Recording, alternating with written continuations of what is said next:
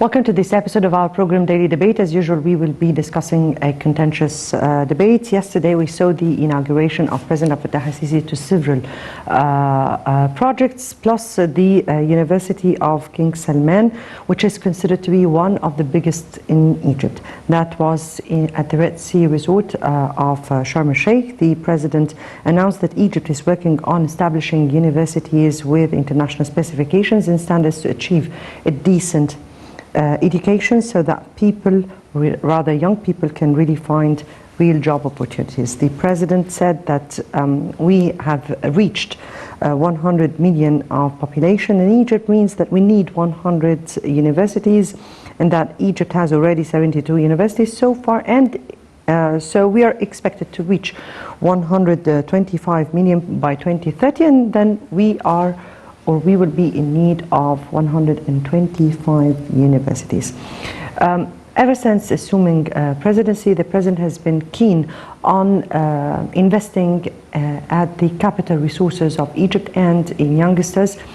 Hence, universities and education was one of the issues that the president stressed on during the past period for empowering youngsters, for giving them opportunities or opening for them opportunities. We'll be speaking about the inaugurations of yesterday, plus of course there was the inauguration of 3 other museums.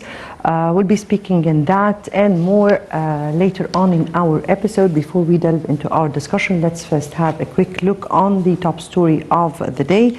And President Abdel Fattah al-Sisi inspected a number of projects and constructional sites at the new administrative capital to follow up the executive status of the projects and achievements being realized so far.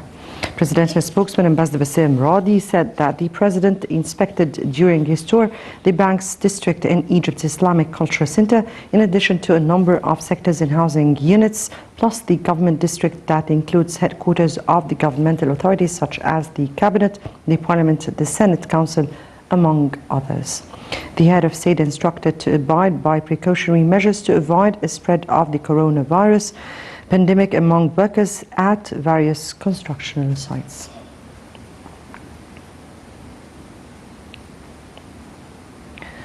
Right, welcome back. And to shed light on the inspections of today's projects, we have with us over the phone Engineer Haitham Hata, Contract and Commercial Manager at the Administrative Capital Urban Development. Good evening to you. Good evening to you and to the audiences everywhere. Thank you so much. We're speaking here about the inspection of President al-Sisi to a number of projects and constructional sites at the new administrative capital. Can you brief us on the projects that the president inspected and the status of these projects so far? Yes, actually, the new administrative capital, we make a very good progress over the previous month, and we make use of Mr. President's support all the time.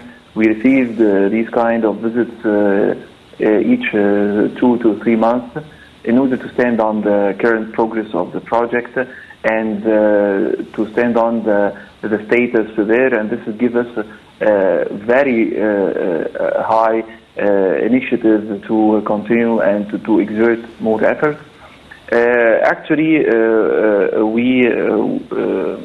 we overcome the negative impact of COVID coronavirus that happened starting from let's say from February and lasting for more than 2 or 3 months, affecting the project there.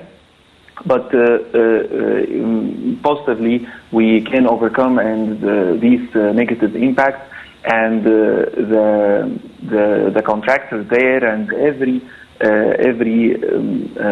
working entity or the labor, and this by applying the precautions and the special measures, we achieved over the previous 2 or 3 months very good rates of progress. As you see today in the visit, Mr. President visited the sites and checked the labor and the precautions there, and we achieved high rates of progress in the governmental districts that become ready to receive the occupants and to host the employees. We started already to furnish the premises for the headquarters of the ministers and the cabinet. Also, you see that we started a landscaping area in the monumental spine, as it's shown now on the screen in the report. We have the Islamic Center that started in this year, and there is a massive progress achieved in this area. The utilities utilities completion status become better over this year. As I'm saying, that when we say that the governmental district becomes ready, or it's about month to a couple of months or whatever, up to the mid of next year to receive the occupants, meaning that the people will move there and will work, not only just to move to the new capital, but to proceed in applying their works over the... Yes, they will be transferred to the areas and allocated to the areas that they should be allocated to in order to start their own works. Let me here ask you, Engineer Haitham, the President here inspected 3 particular areas, and we were just seeing them in videos that were presented here. The President inspected the Banks District, yes, Egypt Islamic Culture Center, in addition to a number of sectors and housing. We have seen the President also going up into some of the houses that are being built, plus the government districts. Yes. All these were areas that the President inspected today. Tell me about the administrative capital. Why is it urgent that we accelerate with work done there, and how significant is it to finish as scheduled such work? Why the President is so keen to follow up with those with the progress himself? As this is the Mr. President idea from the beginning, you know that this is the Mr. President's idea from the beginning, that the project, the new administrative capital, which will be considered that the dream and the extension of Old Cairo. So he is very keen he's very keen to stand on the progress himself, not only to receive the reports from the different entities or from the different working entities there. By this kind of visit, we make use of it to exert more and more efforts all the time, and to push the companies and the contractors, the labor, in order to meet the deadlines. As the new administrative capital started from actual work on site from 3 years before, by the beginning of 2017, and if you see the amount of progress happened there on the ground, you will be really surprised as people there working 24/7, even in the very challenging times over the pandemic. The contractors didn't lock down the sites as happened all over the world. They already they make a slowdown in progress, they decrease the rate, but at the end nobody blocked down the site. So these visits give us positive energy, give us the hope to continue and to exert more. And this gives us the very important message that what we are doing there, it's not, it will not go for nothing. In vain. But yes, really, this is a serious project, and this will be a serious capital. And we apply the recent techniques in the construction, in the infrastructure, in the services that will be provided to the inhabitants there. Right, Engineer Haitham Ata, Contract and Commercial Manager at the Administrative Capital Urban Development. We thank you so much for being with us. We now move on to the topic of for tonight. And before we delve into our discussion, let's first have this quick report and then we'll come back for more discussion.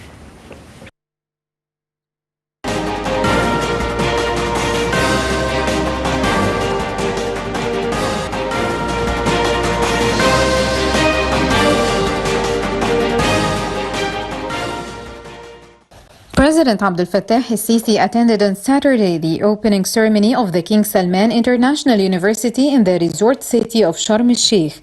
The university comprises 15 faculties distributed among its 3 branches in Attur, Ras Sadr and Sharm el-Sheikh cities and can accommodate over 25,000 students. The president opened the 2 other branches in Attur and Ras Sadr via video conference. The university provides professional and academic programs to prepare qualified human resources to meet the needs of the local, regional and international labor markets. The Higher Education Minister Khaled Abdel Ghaffar said that the university is an example of the friendship and cooperation between Egypt and Saudi Arabia to develop the Sinai Peninsula. President el-Sisi said that each million people in Egypt needed a university, be it private or governmental, adding that the country needed 100 universities regardless of the classification of such universities. Each university costs from 8 billion to 10 billion pounds, estimating that such project would cost 400 billion pounds.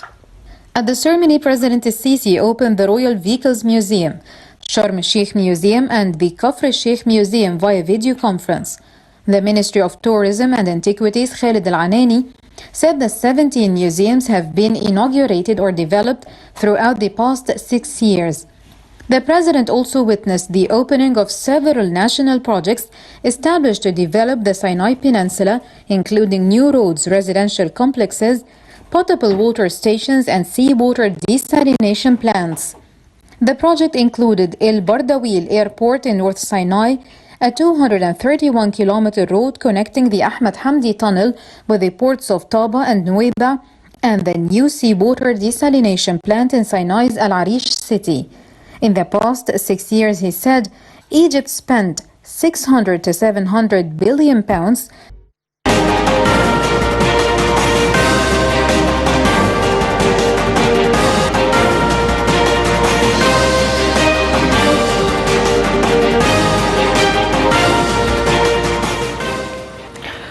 Right, welcome back, and let me here welcome our guests, Dr. Sherif at Gohary, former director of the Informal Development Fund at the Cabinet. Thank you so much for joining us. Thank you very much. As I said at the very beginning, we'll be speaking about the inauguration of several issues or several events that took place yesterday. First, the King Salman International University, which is supposed to be the greatest or the biggest in Egypt, and that in South Sinai, and then 3 other museums. Let me start here with King Salman's International University. And how significant is the inauguration of such a university at this very particular area and its specifications?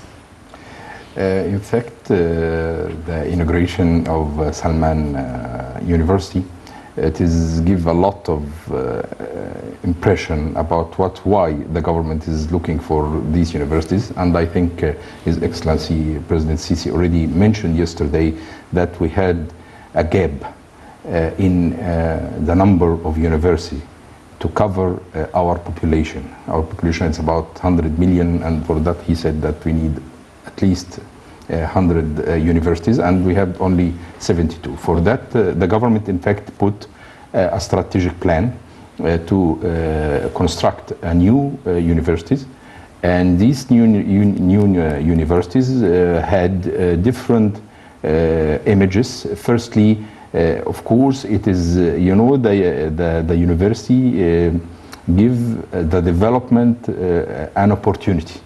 When you have a city with a university, that means you develop this city. Because why? Because this city, you will have, of course, students all over the year. You will have some people servicing this university, For that, this university will help the site around the university or the social activities. For that, really it is give big advantages to put these new universities in a unique areas, like in Sharm el-Sheikh, secondly in El Alamein, thirdly in El Ain al-Sokhna. For that, this location already, it is part of the development of this area when you construct a new university. For that, this is one of the importance of these new cities, new universities. Secondly, these universities is also constructed with new ideas. The new ideas that now the youth people looking for new trends, new research areas. For that, one of the unique or special subjects which will cover in Salman University, that they will have now Desert Agriculture College. This is new in Egypt. Secondly, also you will have Antique College also in also Salman University. For that, because like I said, the youth people looking for new branches, new subjects to study. For that, the traditional type of colleges already not disappeared, but it is kind of development. For that, this is all, and also the third thing which give the message, it is a partnership. And Salman University, it is a partnership between the Egyptian government and Saudi Arabia yes, government. But before we go into this, because it is multitasks, of course. Yes, definitely. But before we go into how does this reflect on the Egyptian-Saudi Arabian relations, let me here you pinpointed your finger on a very important issue, which is such a university at such a city, South Sinai. And part of the 2030 Sustainable Development Vision was to integrate Sinai into the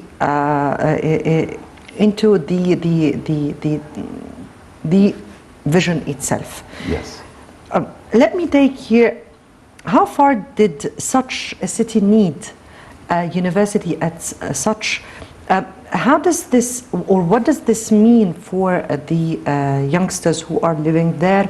What does this mean for the community or the residents of South Sinai? And how will that be an opportunity for people in order to have an opportunity and contribute to such a vision? Okay, in fact, the very important issues about integrating or putting or allocating Salman University in Sharm el-Sheikh, like you said, the Sustainable Development Goals, or the SDG, which is in our national plan for 2030, it's looking to have a sustainable cities. Sustainable cities means not only based on one of the economic branches. Like before Salman University, Sharm el-Sheikh only based on touristic activities. Yes, indeed. For that, and when the new trends now all over the world, you have to have a sustainable economic business models in the same city. For that, when something happened to or some risks happen to the tourist, you can have another economic-based, approach in the city. For that, this is one of the areas which already Salman University is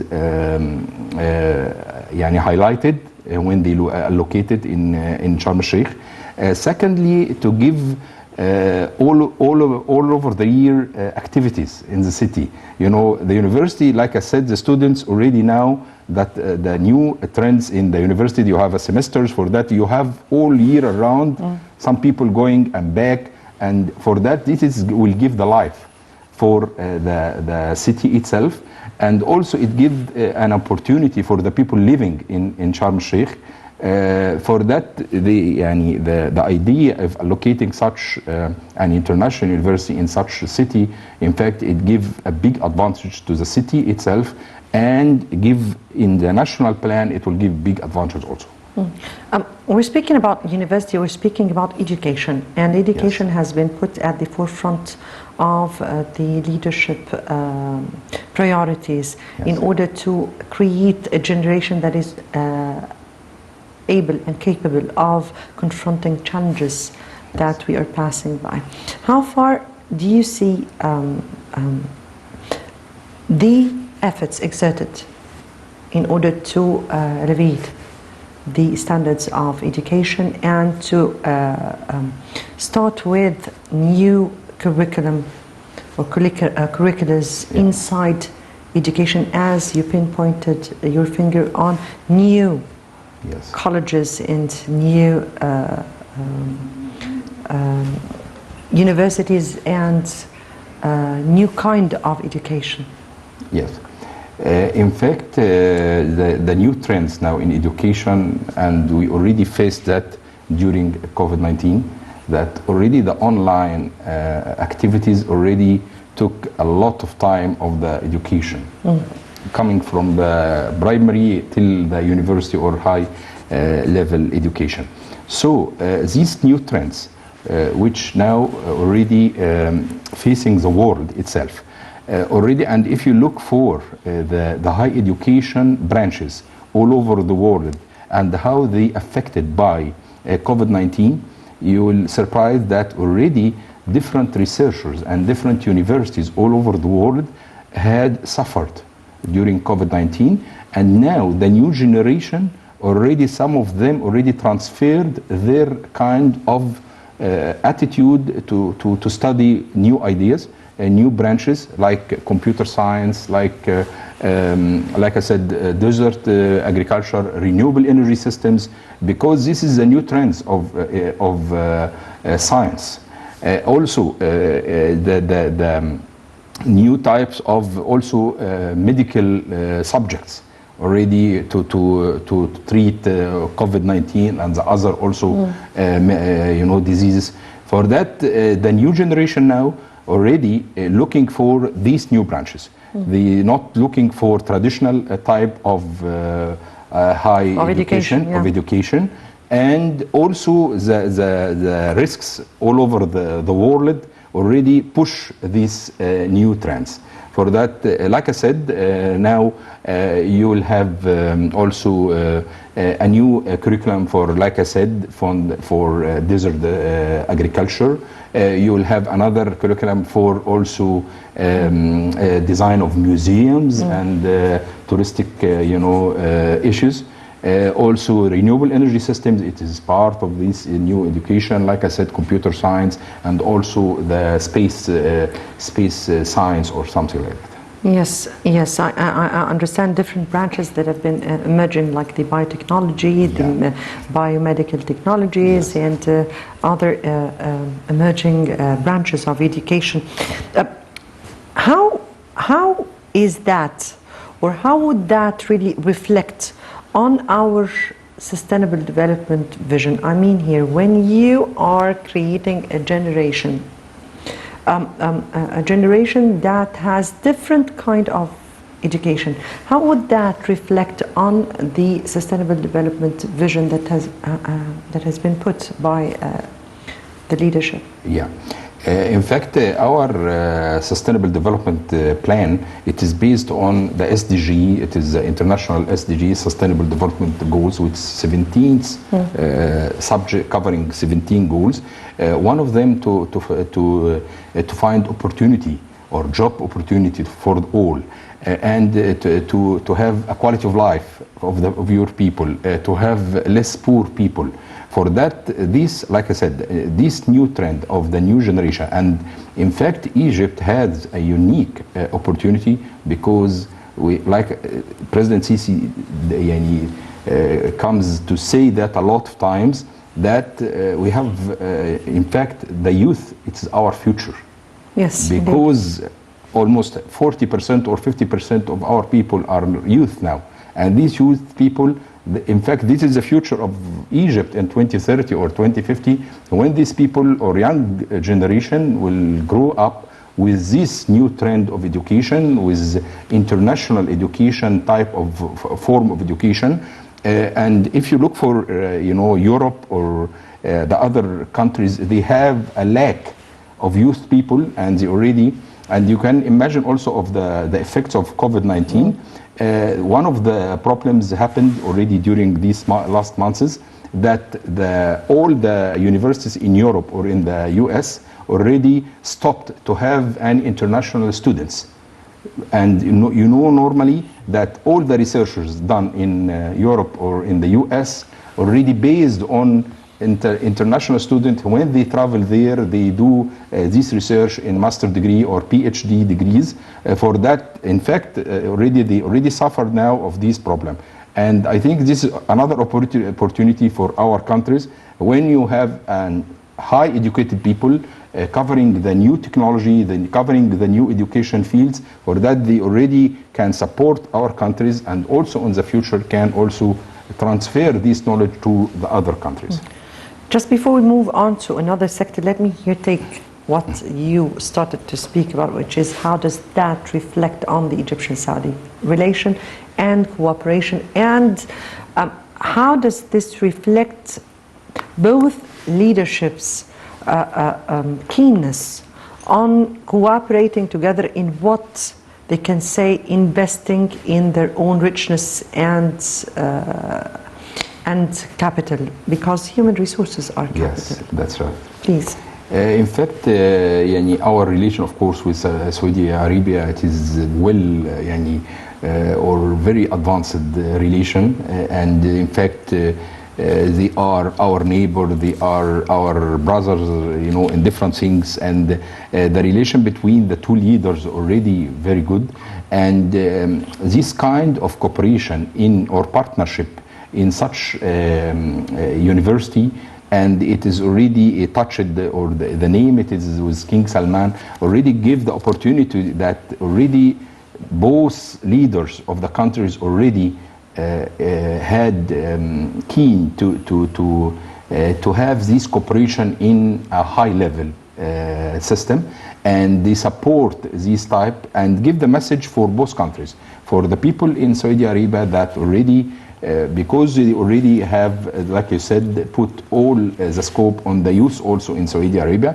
and also for the Egyptian that already this partnership with Saudi Arabia, it's such international university which give a big opportunity for the two countries, and I think give messages that already Egypt also looking for the other cooperation with different countries around us or our friends in the region to have such universities with them also. For yes. That, this is another message that already we open, our country for such international universities between any country, which because we need, in fact, our region needs a lot of universities which cover different ideas. Right. I guess we have with us over the phone Dr. Yasser Mahgoub, Professor of Architectural Engineering and Urban Development. Good evening to you, sir. Good evening. Thank you very much for having me. Thank you so much for being with us over the phone. And here the President, when inaugurating some of the projects in Sinai, he said that Sinai development is still a challenge. How do you see the chronological order of pace of development in the peninsula over the past years, and where did that lead us today? Definitely, the development of Sinai is a challenge for many years now.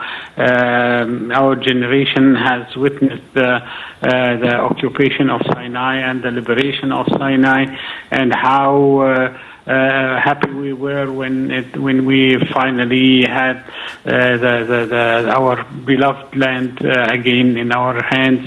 And the challenge started with where to start, how to benefit from all the resources that are available there.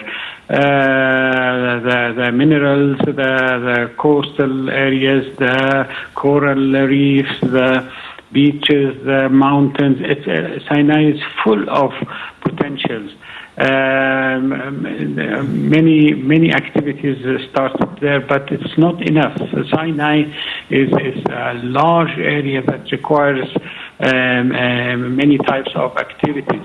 I think the development of Sinai should focus on industries, development of the different the industries that are based on minerals and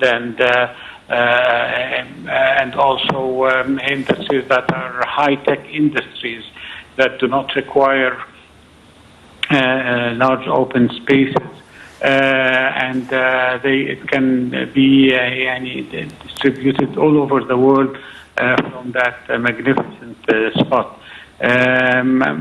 Definitely, the security issues were major concern in the past, but now the peninsula is open for development, and education is one of the major areas of development that can boost the economy of the peninsula quickly, because universities they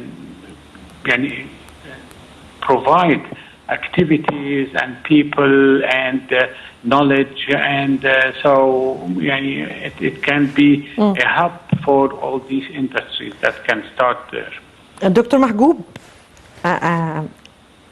let me take your opinion as professor of architectural engineering and urban development. And I guess that the construction of new roads in Sinai and out of Sinai, connecting the capital with the new cities, that had its own reflection on sustainable development or the investments. So, yes. From your point of view, how far did that facilitate the investments, or for the investors to interconnect their work? How did that facilitate the process of transfer, and how do you view its reflection on the sustainable development goals?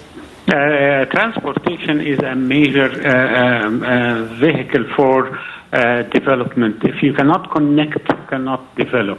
It's that simple. So providing major roads, highways, tunnels, bridges, this is the first thing any country should do in order to develop. The United States was only able to develop when it developed its major highways connecting the different parts of the countries. The ancient Egyptian civilization was based on connectivity, using the Nile and the waterways for development. The Roman Empire was only able to conquer the world through the Roman roads, which are famous, and as they say, all roads lead to Rome. These were actual roads, not virtual, not hypothetical. So actually making all these roads, connectivity, tunnels, bridges, and also the provision of water to the city, to the peninsula.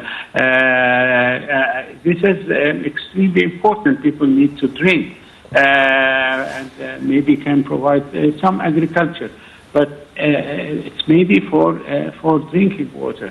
Electricity is like is maybe the easiest part. You can build power stations anywhere in the world now, but to facilitate the connectivity, the transportation, it makes people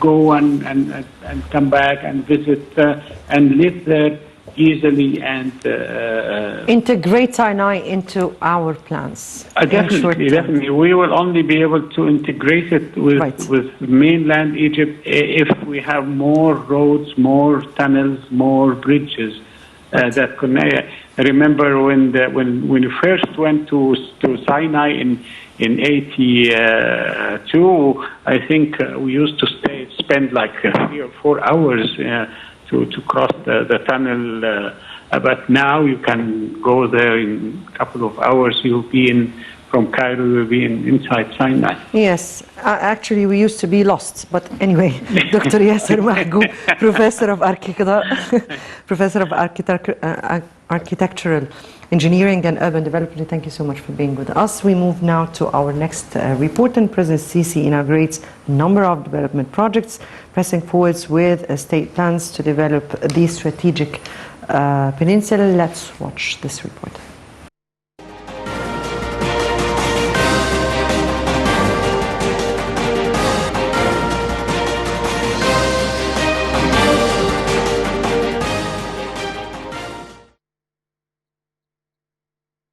President Abdel Fattah al-Sisi inaugurated on Saturday a number of development projects pressing forward with the state's plan to develop the strategic peninsula. Earlier this month, the Central Agency for Reconstruction announced that the state has spent around 180 billion Egyptian pounds on the development of Sinai over 6 years. The head of the agency said that Sinai did not witness such efforts for decades.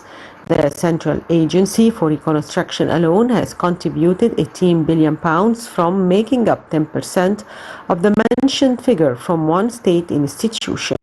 The agency has contributed to 263 projects in Sinai at 13 billion Egyptian pounds investments in all fields. He highlighted the newly opened tunnels connecting mainland Egypt to Sinai to better attract investments in the peninsula and the Suez Canal economic zone.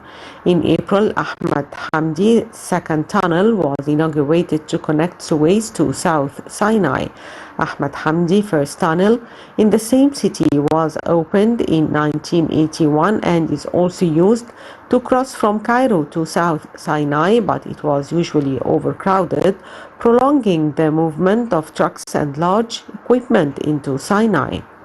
Two other tunnels in Ismailia were inaugurated in May 2019. They connect eastern Ismailia with western Ismailia in 15 to 20 minutes trip by car at 60 kilometers per hour. Western Ismailia has land borders with central Sinai, and the tunnels are expected to take Sinai to far better economic and social horizons.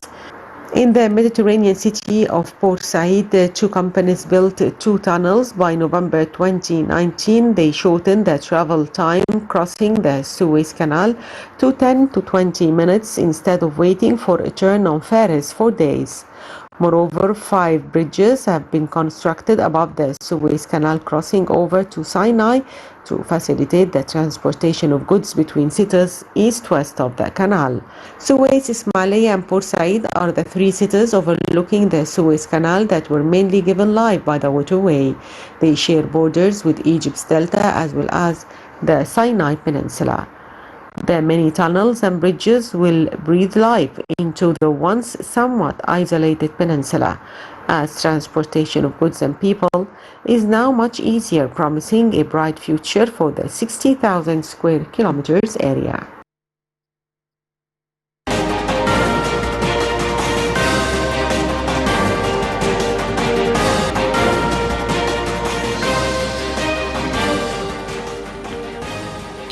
Right, welcome back, and back to you, Dr. Gohary. And here let me say that Sinai has lots and lots of potentials. Yes.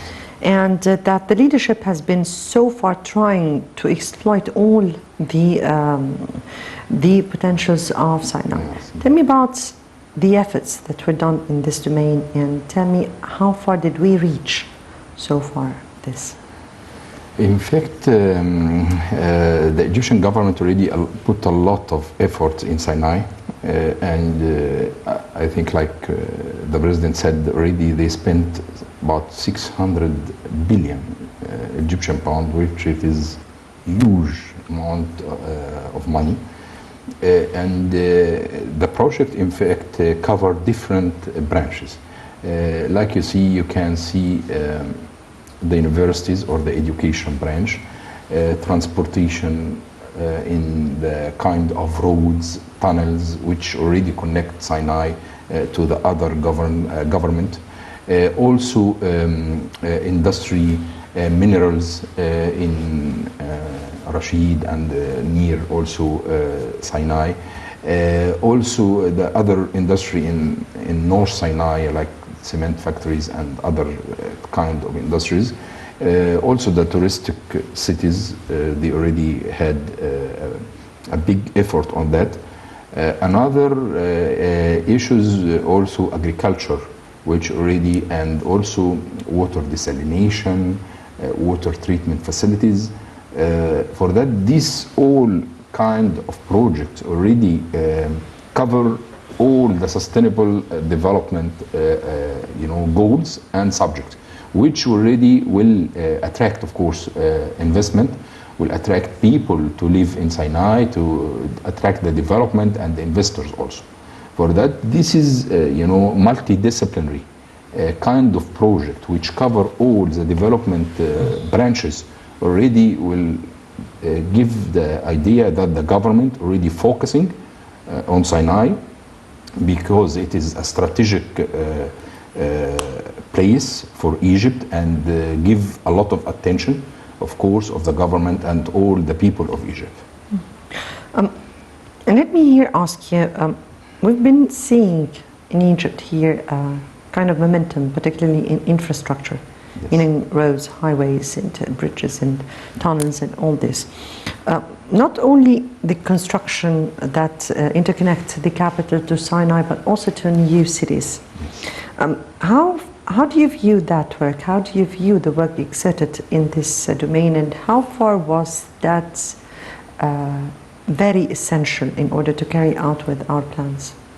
In fact, the connection between the cities or the urban areas, it is very important issue, because without a connection in the kind of roads or trains or ships or whatever, you will not have a facility.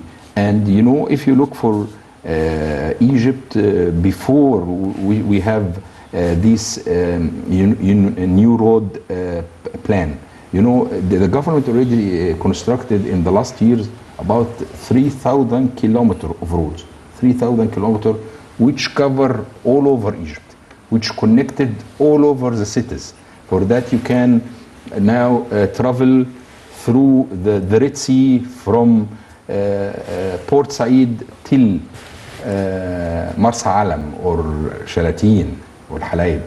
In the Mediterranean north coast, you will have all these roads already traveling, the international roads, yes, and all these roads. In Cairo itself, the capital, already we have the ring road, and we have the middle ring road, and we have the big ring road already to connect the people. And also because during the last years we had a big problem on traffic. We had a big problem also on transportation.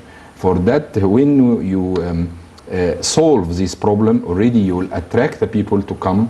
During before this COVID-19, when the tourists travel through Cairo, they already suffer, yes, sometimes because of the traffic. Definitely. To go to Khan al-Khalili or to go through from the pyramid area to the airport, at least it will take 2 hours. To the downtown. Downtown, exactly. Downtown.